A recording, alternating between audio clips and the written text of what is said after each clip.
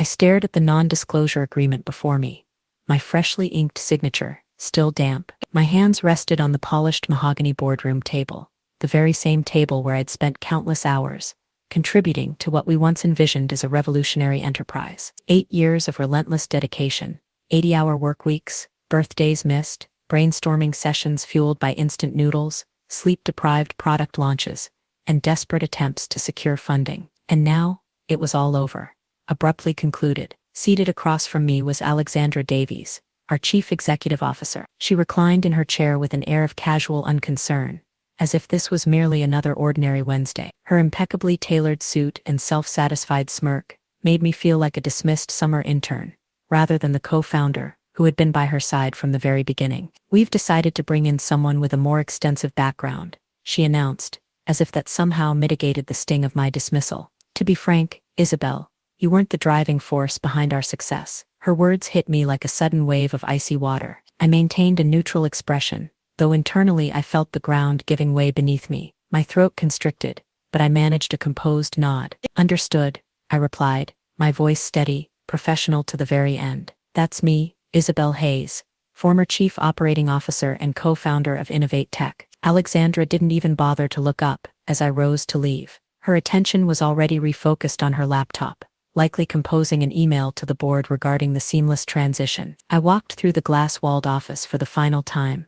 passing by the engineers, designers, and junior staff, who remained entirely oblivious to the significance of my departure. Some were engrossed in systems I had personally optimized. Others were debugging code I had assisted in rewriting at 3 a.m. just a few weeks prior. No one looked up. No one seemed aware. I passed Mia, one of our interns, who had transitioned to a developer role, who offered me a warm smile. "Leaving early?" she inquired. "Yes," I responded, something like that. My office was already cleared out, reduced to a single small cardboard box containing a ceramic mug, a framed photograph of my sibling and me at Innovate Tech's inaugural pitch event, and a notebook filled with sketches from our early developmental stages. That was all that remained. But what Alexandra failed to comprehend, what she had consistently disregarded, was my meticulous record keeping. I had maintained comprehensive documentation, every feature roadmap, every iteration of investor pitch decks, every product timeline, with my initials clearly marking key decisions, not to mention the detailed procedural documentation I had created for our core platform optimization, the very initiative that secured our $12 million Series A funding. She believed she could simply erase me, but I had learned a valuable lesson from observing my mother build her own business from the ground up, only to lose it in a dubious merger. One never enters a conflict unprepared. As the elevator descended from the 17th floor, the weight of the situation began to settle. I wasn't consumed by anger, not yet, merely stunned and disoriented.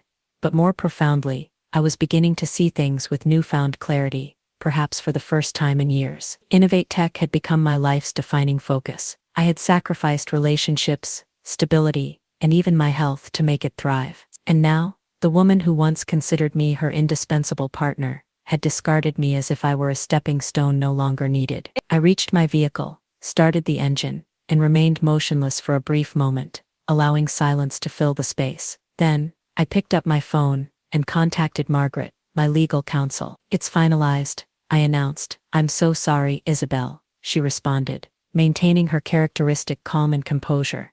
"Did she offer any explanation?" I relayed Alexandra's words, each one resonating like a stinging slap. Margaret remained silent for a moment. Then, "You still have the files?"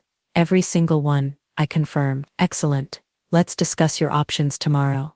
I believe it's time to explore your alternative." I drove home with the quiet determination that follows betrayal, before the tears have begun to fall, but your mind is already strategizing, not for revenge, but for retribution. That evening, I sat on my living room floor with a glass of wine in one hand, and my laptop in the other. I opened a folder labeled Innovate, Original Intellectual Property, and began reviewing the files. Code versions, pitch memos, contracts, time-stamped architectural diagrams. Alexandra underestimated my significance, but she was about to discover the extent of my contributions, and just how much they needed me once the flaws started to surface. She believed this was the conclusion of my story, but in reality, it was merely the beginning. 3 weeks had passed since my departure from Innovate Tech, or more accurately, since my forced removal. I hadn't touched my work laptop since. I allowed the Slack messages to accumulate, the shared documents to remain unread, and the LinkedIn notifications to flood my inbox. Initially, it felt like the loss of a limb. I instinctively reached for projects that were no longer within my purview,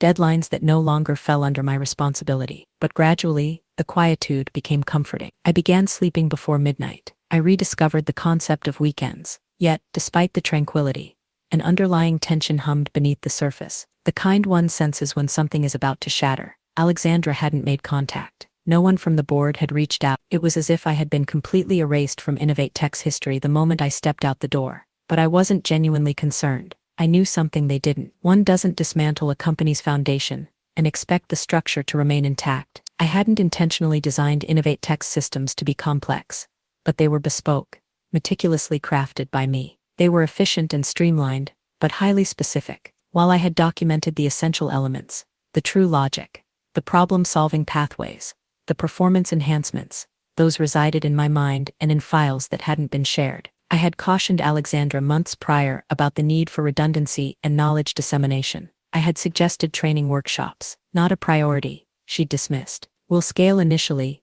then refine later. She had never appreciated being informed of flaws in her seemingly flawless creation. So now, I patiently waited. Then, on a Tuesday morning marked by a persistent downpour, the first fissure reached me. I was enjoying coffee at a neighborhood cafe when my phone vibrated, an unknown number. I allowed it to go to voicemail, but a minute later, a text message arrived. A message from David, a senior developer at Innovate Tech. Hello, Isabel. Apologies for the intrusion. I was hoping you might have a moment to clarify a quick question regarding the data synchronization protocols you implemented in version 3. I stared at the screen. Version 3. That was the version we released just before securing the Series A funding. The version that doubled user retention. The version built upon my load balancing model. There was no way David possessed the documentation for that. Alexandra had once referred to it as Isabel's enigmatic magic. I didn't respond. Not yet. The following day, another text message arrived. This time from Catherine, our lead UX engineer. Hi Isabel. Unusual question. Do you recall where you stored the fallback scripts for the dashboard analytics? We're encountering some peculiar UI conflicts since the most recent deployment. I blinked at the message. That dashboard hadn't been updated in 6 months. What had they done? And then, on Thursday, a third message. This one from Edward, the junior engineer I had mentored since his internship. Hello Isabel. I understand this is presumptuous, but things are unraveling here. Thomas doesn't understand the system you created and he's blaming the development team. People are anxious. I just wanted you to know. So Thomas was struggling.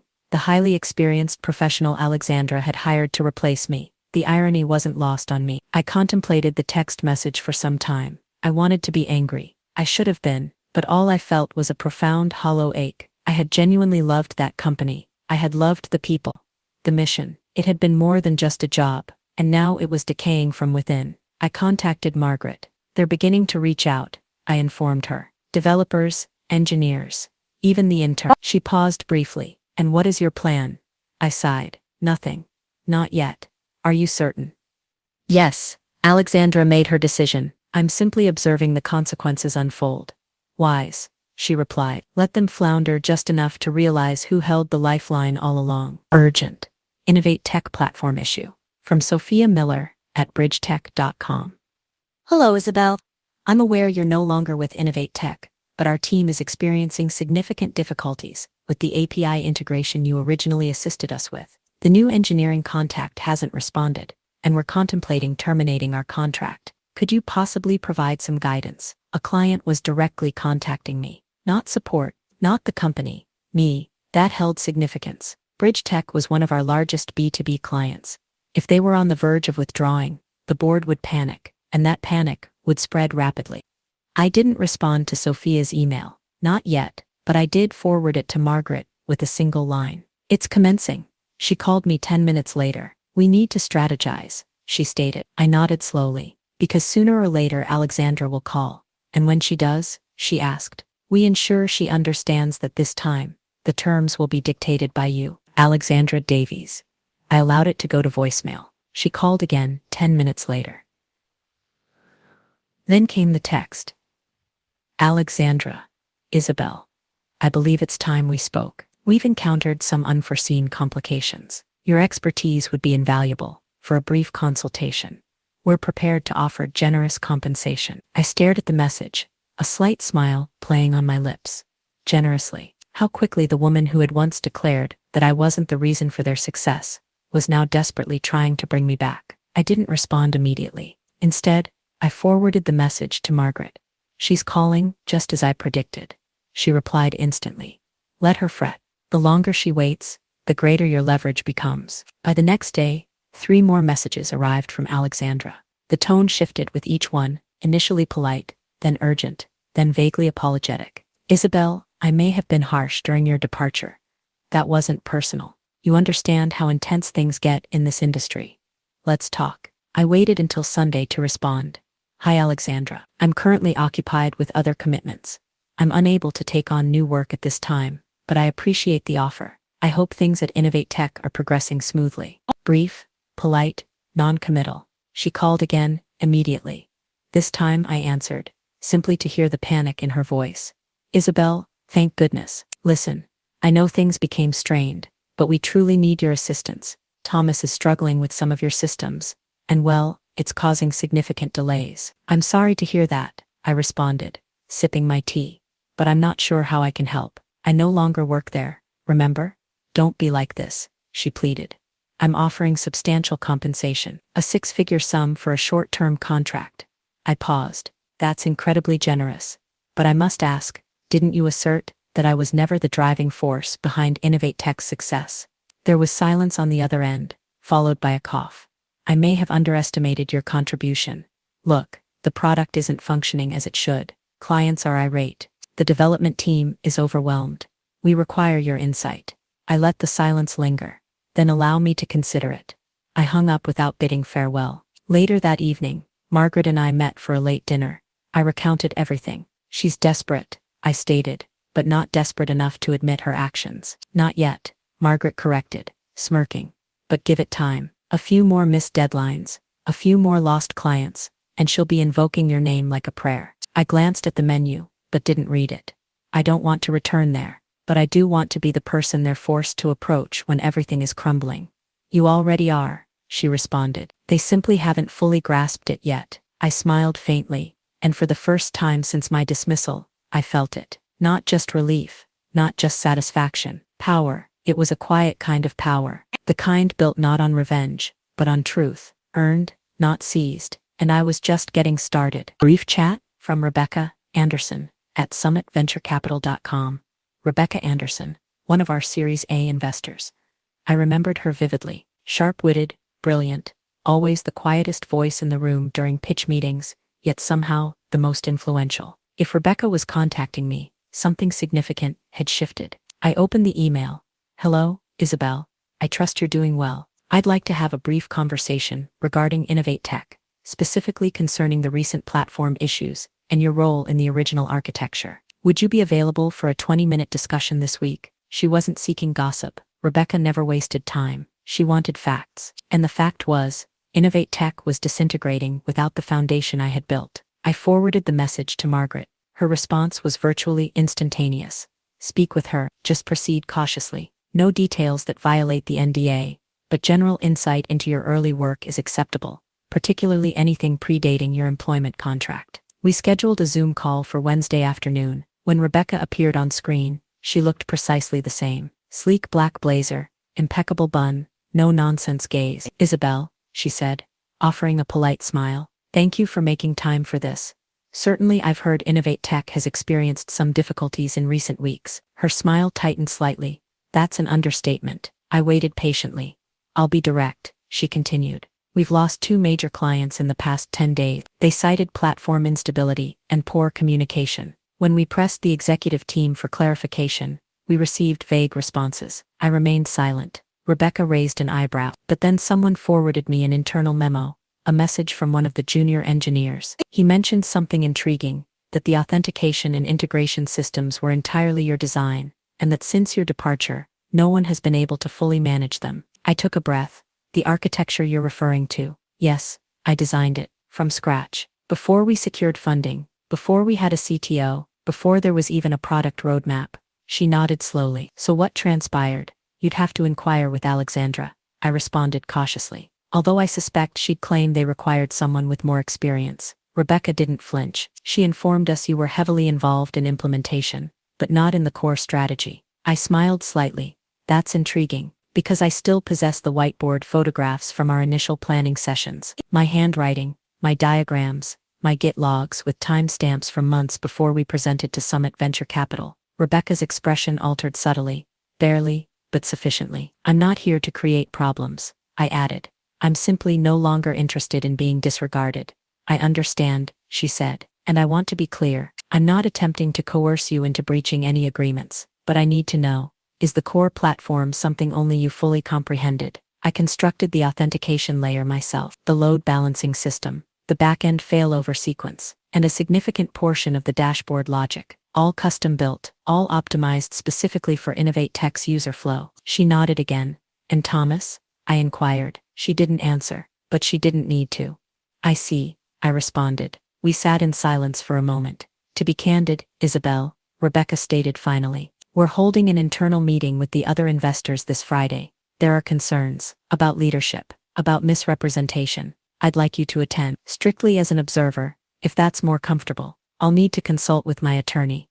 Certainly. Following the call, I sat gazing at the blank screen. A familiar fire was igniting within me. Not anger, precisely, but the unmistakable sensation that the tide was turning. The same feeling I had experienced during our initial funding meeting, the day we received our initial $275,000 angel investment. Back when it was still a nascent dream. I called Margaret and explained everything. Rebecca Anderson wants me in that room, I said. That signifies the board is starting to perceive the cracks Victoria attempted to conceal. She wants you there to speak or to simply observe. She stated I could be an observer, but you and I both know that if I appear, they'll ask questions, and I'll provide answers. There was a pause on the other end. Then we prepare, Margaret replied. Friday morning arrived, with a gray sky and a palpable tension I could feel in my spine. I arrived at Summit Venture Capital's downtown office 20 minutes early. Margaret walked beside me, impeccably dressed in her navy blazer, carrying a leather folder that held more power than anyone in that building likely realized. Remember, she said, as we approached the glass doors, you're not here for revenge, you're here for recognition and leverage. Let the truth speak for itself. I nodded, though I could feel my pulse quickening in my neck. Inside, the conference room was hushed, but charged with anticipation. Around the long table sat Rebecca Anderson and two other Summit Venture Capital partners, one from a strategic tech fund I recognized. Opposite them were Alexandra, Thomas, and two Innovate Tech board members, who looked like they hadn't slept in days. Alexandra's face paled the moment she saw me. She hadn't been forewarned. Isabel, she said, forcing a smile that didn't quite reach her eyes. I didn't realize you'd be joining us.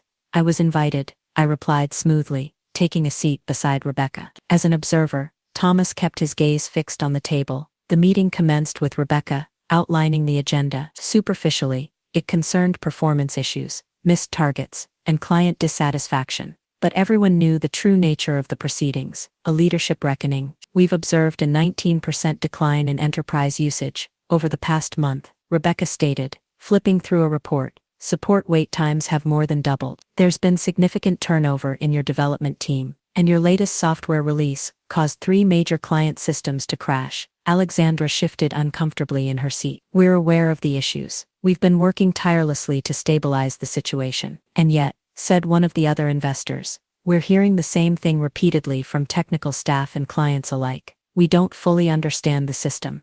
Isabel Hayes built it. My name landed like a decisive blow. Alexandra opened her mouth to speak, but I preempted her. I won't comment on Innovate Tech's current operational status, I stated carefully, but I can confirm that the core systems, including the architecture, security framework, and internal tools, were developed and implemented by me. I wrote the original code base. I documented the structure. I maintained version control until my departure. Rebecca nodded. We've reviewed her documentation. It's comprehensive, time-stamped, and verified. Alexandra leaned forward, her tone strained. With all due respect, Isabel wasn't working alone. She was under contract. Everything created during her tenure belongs to the company. Margaret didn't even flinch. You're referring to the standard employment agreement, which we've examined thoroughly. But the authentication layer, the system that underpins Innovate Tech's client security and data synchronization, was originally developed by Isabel before her employment commenced. She has GitHub repositories, dating back a year prior. She integrated it into Innovate Tech with complete transparency. There is no signed intellectual property transfer agreement covering pre-existing work. Silence. Complete, heavy silence. Thomas finally spoke, his voice barely audible. I was unable to reverse engineer it. We've attempted. It's too customized. I glanced at him. He looked exhausted. No longer arrogant, just diminished. One of the board members, Arthur, I believe, looked directly at Alexandra. You informed us the system had full redundancy, that we could scale with or without Isabel. Alexandra swallowed hard. I believed that to be true. Rebecca turned to me. Isabel, if you had remained, what would you have done differently? I hesitated, then answered honestly. Trained internal engineers, built a comprehensive knowledge base, prioritized sustainability, but none of that was ever considered a priority. I raised these concerns, repeatedly. Margaret slid a printed email across the table. Alexandra's reply was prominently bolded at the top. That's not a priority right now. We'll update the documentation after securing funding. Rebecca took a deep breath and addressed the board. I believe the situation is clear. The integrity of Innovate Tech's product relies on a system we don't fully control, built by someone no longer employed, and now misrepresented as internally owned. What do you propose? One of the board members inquired. Two things, Rebecca stated, her eyes fixed on Alexandra. First, a formal correction of the record. Second, a licensing agreement with Isabel Hayes for the use of the authentication framework, with fair compensation and clear attribution. And Alexandra, another investor asked, his voice sharp. Rebecca didn't hesitate. That's for the board to decide.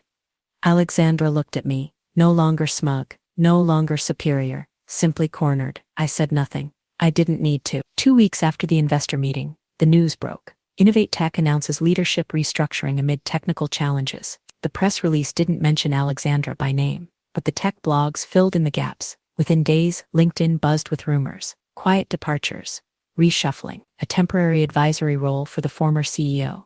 Meanwhile, a new name was trending on the platform. Mine, Isabel Hayes, the architect behind Innovate Tech's architecture. It felt surreal. After years of being invisible behind code and investor presentations, suddenly I wasn't just the one who was fired. I was the architect they couldn't function without. Rebecca Anderson contacted me again.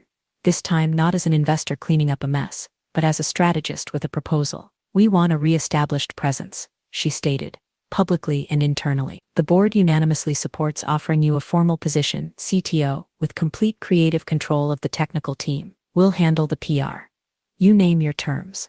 I didn't respond immediately, not because I was uncertain, but because I was still processing how much had changed, and how rapidly. The woman who once pleaded for a seat at the table was now being asked what color she wanted her chair to be. And then, predictably, my phone rang. Alexandra. Again, I allowed it to ring twice before answering. Hello, Alexandra. She sounded weary, humbled. Isabel, I wanted to call and express my gratitude. For what? I asked, maintaining an even tone. For not publicly criticizing me in front of the investors. You handled that yourself, I replied. Not unkindly, simply truthful. She sighed. I made mistakes, I acknowledge that. I got caught up in appearances, optics. I didn't see the foundation because I was too focused on the spotlight. And now, I see it. I see everything you did, everything you built, and I wanted to apologize. There was a brief pause. A year ago I might have cried hearing those words. Now, I felt calm. I appreciate the apology, I said, and I sincerely hope you learn from this experience. I will, she replied. I already am. We hung up without further comment. That same evening, I met with Margaret to finalize the licensing agreement. It was comprehensive, legally sound, and heavily in my favor. I retained ownership of the authentication system and received royalties for its continued use in Innovate Tech's platform. More importantly, a public statement would be released the following week, correcting the record. I would no longer be a ghost in Innovate Tech's history. The next morning, I entered Innovate Tech's office, for the first time in nearly 2 months, not as an employee, but as a licensed partner and newly appointed CTO. The place looked the same, but it felt different. Developers glanced up as I walked by. Some whispered. Edward, my former intern, now a fully fledged engineer, grinned and approached me. You're back? He asked, his eyes wide with surprise. In a manner of speaking, I replied, smiling. Later that afternoon, I held a meeting with the entire technical team. I didn't approach them with threats or blame. I came with a plan. We're rebuilding from the ground up, I announced. Not just the code, the culture, the documentation, trust. They listened, they engaged, and by the end of the hour, for the first time in a long time, I saw genuine confidence return to their eyes. Over the following weeks, we implemented changes, hiring new talent, restoring confidence, repairing malfunctioning systems. Clients who had left began returning, investor confidence was being restored, and the team was thriving. But more importantly, I was thriving. I no longer needed to silently prove my worth. I no longer had to watch someone else claim credit for my effort. One afternoon, after a particularly successful product launch, I received an email from a recruiter, then another, then a third, not simply offering jobs, offering partnership. And that's when it truly dawned on me. Alexandra's phone had started ringing when things fell apart, but now mine was ringing for an entirely different reason: opportunities. A month later, I stood on a small stage at a Women in Tech summit, delivering a talk I had once dreamed of giving. When I was dismissed from the company I helped create, I stated, I believed it was the end of the story, but it wasn't. It was simply the point where I ceased surviving and began building something better, for myself, on my own terms. Applause filled the room. After the presentation, a young developer approached me. She looked apprehensive. I don't mean to be intrusive, she said, but your story really helped me. I was on the verge of abandoning technology altogether. But now, maybe I'll persevere just long enough to build something of my own. I smiled warmly. That's wonderful, I responded. Just remember, the foundation they try to bury you under is often the one you end up standing on. And that was the undeniable truth. I didn't ascend by tearing anyone down. I rose because I remembered who I was. And this time, no one would ever forget it.